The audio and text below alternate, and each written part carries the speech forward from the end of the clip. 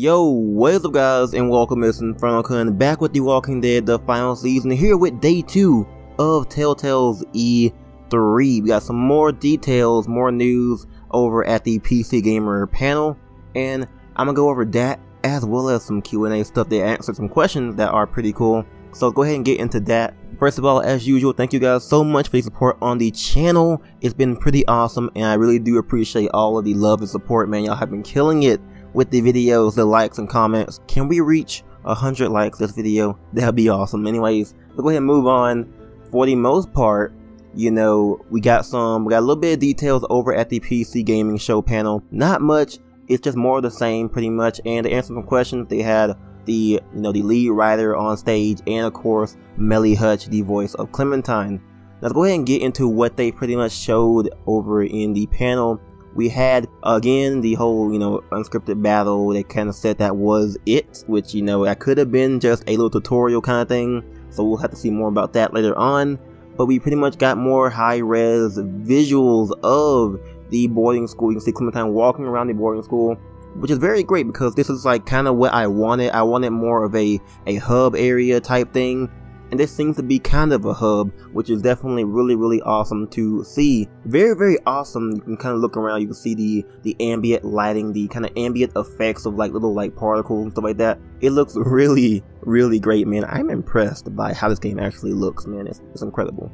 But for the most part, we got some more high detailed looks of the boarding school and Clementine walking around it, various things like that, the outside and the inside of it. Very cool. I love the ambient light and everything else, and it's pretty awesome to see as well. A more high-res, scene of Clementine actually hugging AJ again, and that's pretty awesome as well. So let's go ahead and get into what I want to say in this video regarding some Q&A questions, because Telltale had a Q&A before the PC Gaming Show where they answered some questions. We had, of course, Melly Hutch, the lead writer, and of course the community manager. I think it was Caroline, I'm not entirely sure, but mostly Pop-Tarts on the forums. But anyways, for the most part, go ahead and look at the question. First one we have, of course, is a very big one, very big one, okay? Important for this question to be answered, and that is the Walking Dead game lover asking, there's any chance that we will see the Garcia's family again?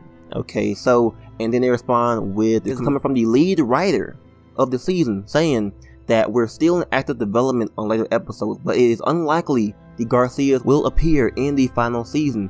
We're really focused on telling Clementine's story, so that's definitely downright confirmation as of right now, at least. It is active, but I think it's confirmation that no Garcias will come back in the final season. Javier, nope. Gabe, nope. Kate, nope. No Garcias at all. Just people around Clementine. Yes, Javier was around Clementine, but he wasn't really, as big to Clementine's story. So, no Garcias at all. What do you guys think about that? Was A New Frontier now a waste? Because I'm wondering, what was the point of A New Frontier if they're basically shoveling these characters?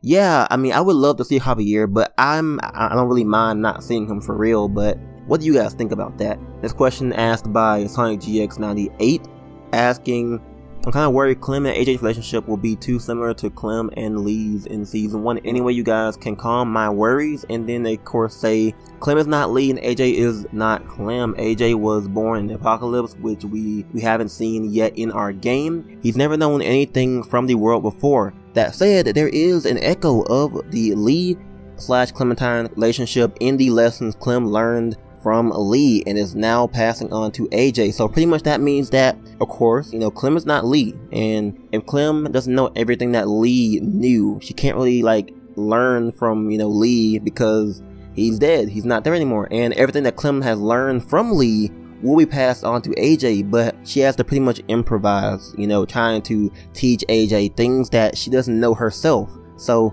that's what they had to say about that, which is very calming. Okay, it isn't going to be a repeat because Clementine, she knew about the world before, and AJ doesn't. AJ is definitely a lot harder in terms of, survivalist instinct. And there was a question that I saw earlier, not sure if I have it here, but they said that AJ is more of a survivalist than Clem was. So that's very, very interesting for the most part. A question from Ironwood Lover. This is an important question here. He asked, I feel the past season had done a poor job on building a connection between the player and AJ. He's obviously means the world to, I didn't press more, fuck. But, you know, I think he means Clementine, but, you know, hey. So one comment I saw in one video saying that, you know, they haven't really developed AJ too much, and what they say here is that Clementine and AJ's relationship is central to the story. The team is going to great lengths to show you the bond that Clementine has with AJ, and to help you understand him as a real character you can relate and grow to care about. We're putting a lot of work into making him sympathetic and likable.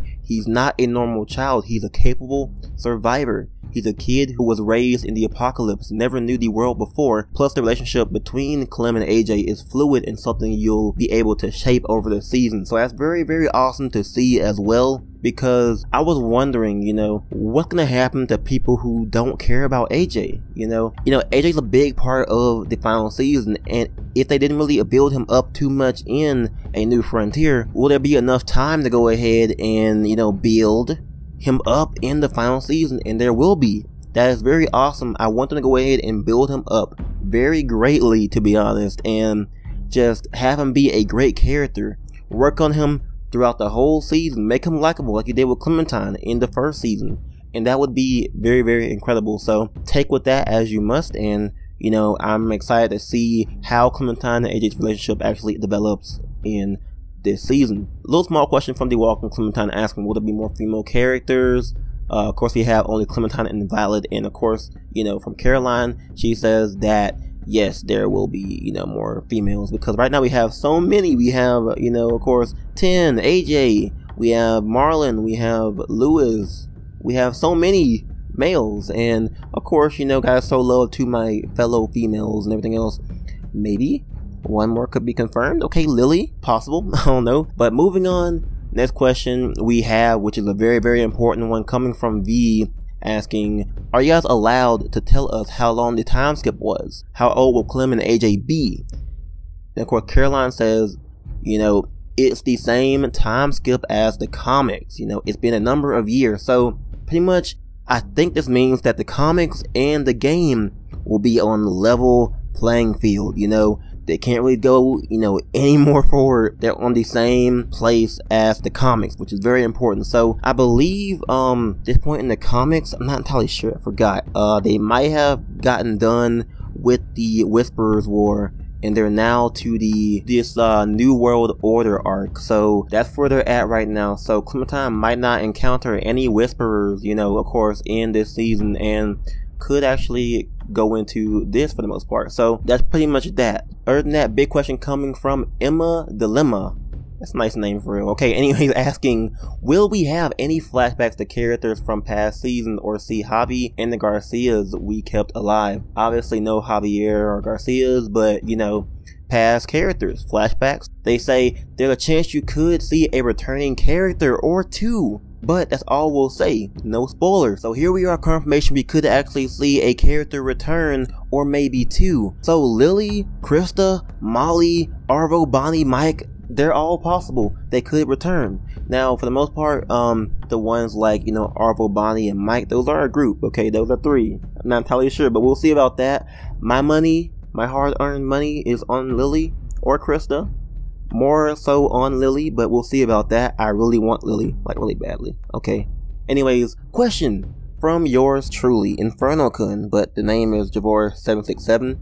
That's my name. That's my profile on the Total forums. Anyways, for the most part, I asked, what was the decision behind only 4 episodes? Also, will the episodes be a bit longer due to no 5th episode? And they dodged the last part, but hey, here we are. They said that when we were talking about the story we wanted to tell, we decided that 4 episodes was what the story called for. We think you'll be happy with the experience. You know, they don't know me, man. I might not be happy with it, but you know, I am optimistic about it. Okay, so confirmation that they wanted to go with 4 episodes because the story called for it. They didn't want to drag it out too long because, for the most part, A New Frontier, or not New Frontier, Season 2 kind of drug it out a little bit, you know, longer than it needed to, you know, with Amid the Ruins and a little bit, you know, of episode 3, but for the most part, you know, I think this could actually be very, very good. It could be a good decision actually, because, you know, to cut out all the filler and make it just borderline, just full of content that is enjoyable and full of quality. So it could be a good choice. We'll see about that.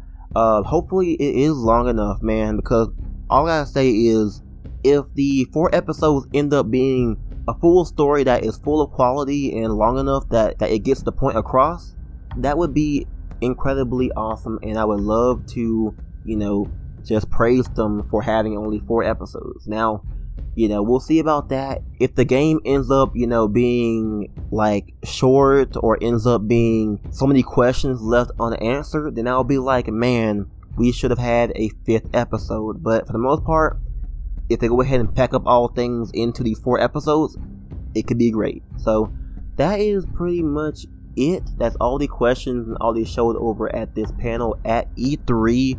What do you guys think about all that I talked about in this video? And comment down below what you guys think about all this stuff. Very important stuff, very cool stuff, and very exciting stuff as well. So if you guys did enjoy, go ahead and leave me a thumbs up and subscribe for more content on the channel. It helps out a lot, and I really do appreciate it. It has been awesome, and I thank you. So for the most part, that's it from me. I'm InfernoKun, and I will catch you guys next time on The Walking Dead.